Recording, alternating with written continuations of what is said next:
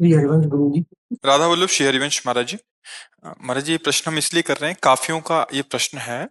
आज के वैवाहिक जीवन में दो पहलुओं में से एक माता पिता, दूसरी धर्म पत्नी, दोनों को साथ साथ लेकर भजन करना सुसाध्य नहीं हो पा रहा महाराज जी। मन की स्थिरता बार बार टूट जाती हाँ, है, है दुख बड़ा उत्पन्न हो कठिन जाता है। कठिन विषय है बच्चा। बढ़िया बात है, क्योंकि आजकल के जो बच्चियां हैं और बच्चे हैं, वो बॉयफ्रेंड और गर्लफ्रेंड की बीमारी से बीमार आए हैं। साफ बातें हैं।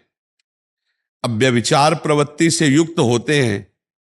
अब उनको बड़े बूढ़ों के आगे झुकना, उनकी सेवा करना उनको पसंद नहीं आता। उनको ये पसंद आता है कि हमारा दूल्हा होटल से भोजन लावे, हम खावें और मनमानी आचरण करें। उनको बड़े बूढ़ों की सेवा करें। उनको ये सत्संग अच्छा नहीं लगेगा। तो ये तो आपके भाग्य हैं कि आप यहाँ पूछने आए हो। नहीं, आज के नए बच्चे और नए बच्चियां, ये जो गर्लफ्रेंड बॉयफ्रेंड और लिव इन रिलेशन ये जो चल रहा है ना, ये बुद्धि को भ्रष्ट करने वाला है।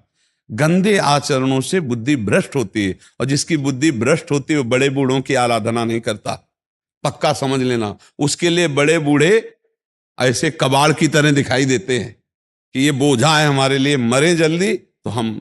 पर बच्चा, तुम्हारी बुद्धि कहीं ना कहीं शुद्ध है, तो आप अपने माता पिता का त्याग मत करना। और पत्नी अर्धांगिनी होती, इसलिए उसको दुख देने की चेष्टा मत करना। ऐसी विवेक से चलो कि पत्नी को भी संतुष्ट कर पाओ और माता पिता की भी सेवा करो। क्योंकि पत्नी अर्धांगिनी है, उसका त्याग आपकी तरफ से उचित नहीं, धर्म नहीं कहता। और पत्नी के बस में होकर माता पिता की त्याग वृत्ति करना, या कटुवचन बोलना, या पिटाई करना, या इस तरह के आचरण करना तुम्हें नरक ले जाएगी दोनों को।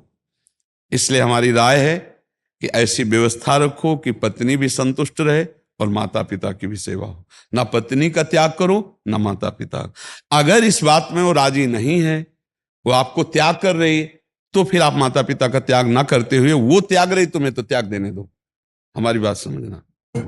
माता पिता के कोई आय का साधन है नहीं, और मैं जब कभी भी कुछ धन देना चाहता हूँ तो उसमें उनको बड़ा दुख होता है, मेरी धर्मपत्नी को।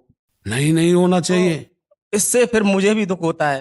अब नतीजन ये बात मेरे माता पिता को पता लगी, तो अब उन्होंने पैसा लेना बंद कर दिया मेरे से, और दुखी रहते हैं। नहीं नहीं नहीं बच्चा, नहीं, उनके पैर छू। बहुत दुखी रहते नहीं, हैं उनको मेरे बाबा। नहीं नहीं नहीं, आप उनको बहुत धन्यवाद। आप अपने माँ बाप के प्रति इतने दयालु हृदय हैं, उत्साह। आप देखो, उन्होंने मुझे इस काबिल बनाया। आज मैं भारतीय वायुसेना में सेवक हूँ। हाँ बिल्कुल बिल्कुल। लेकिन आपको पत्नी को थोड़ा विवेकवान होकर समझाना पड़ेगा। उससे नफरत मत करना। नहीं उसको, हाँ, उसको भी प्यार करो। अपने माता पिता के पास अर्थ पहुंचाओ और उनके पैर छू के कहो कि हमारा रोम रोम, एक एक बूंद खून आपकी सेवा के लिए।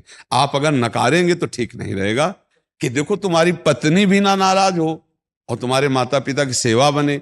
इसके लिए थोड़ी बेईमानी करो अपनी पेमेंट से। यद्यपि वो ईमानदारी है कि जैसे पत्नी का अधिकार आपके धन पर है, ऐसे माता पिता का भी अधिकार है। क्योंकि माता पिता के संयोग से शरीर पुष्ट हुआ है और पत्नी उसी शरीर का भोग कर रही, तो माता पिता का अधिकार प्रथम है। तो हम बेईमानी इसलिए करें कि झगड़ा ना हो।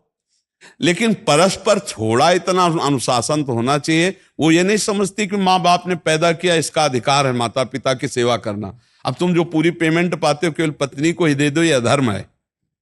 तुम्हारे माता पिता यदि और भाई सब सुविधा सेवा कर रहे हो, तो भी कर्तव्य बनता है कि भाई 10-5 हजार जाके चरणों में रखे पैर। यही तो कर्तव्य कर्म। तो इसको संभालो आप भाई, इसको आप ही संभाल सकते हो। पत्नी को प्यार दुलार और ज्ञान के द्वारा संभालिए। उसको समझाइए कि अच्छा ठीक है, आज तुम कर लो हमारे माँ बाप के साथ, और हमारे तुम्हारे से जो संतान पैदा होगी वो हमारा तुम्हारा ऐसा ही स्वागत करेगी कि उसकी बहू आएगी और वो कहेगी चवन्नी नहीं देना। तब बोलो तुम्हारी दुर्दशा क्या होगी, जब उठने लायक नहीं रहोगे। पैसे सब कुछ थोड़ी होता है।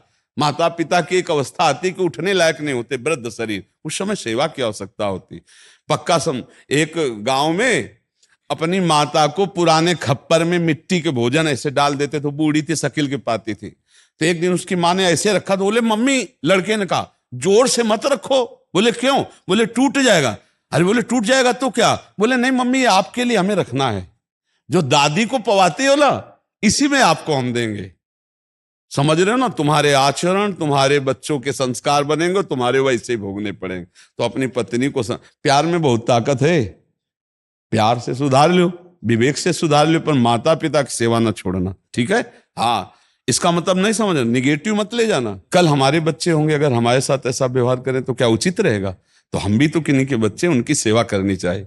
ये आजकल सबसे बड़ी समस्या हो रही कि नवीन बच्चे माता पिता की सेवा नहीं करना चाहते, बहुएं सास ससुर की सेवा नहीं। बड़ी दुर्दशा है बूढ़ों की।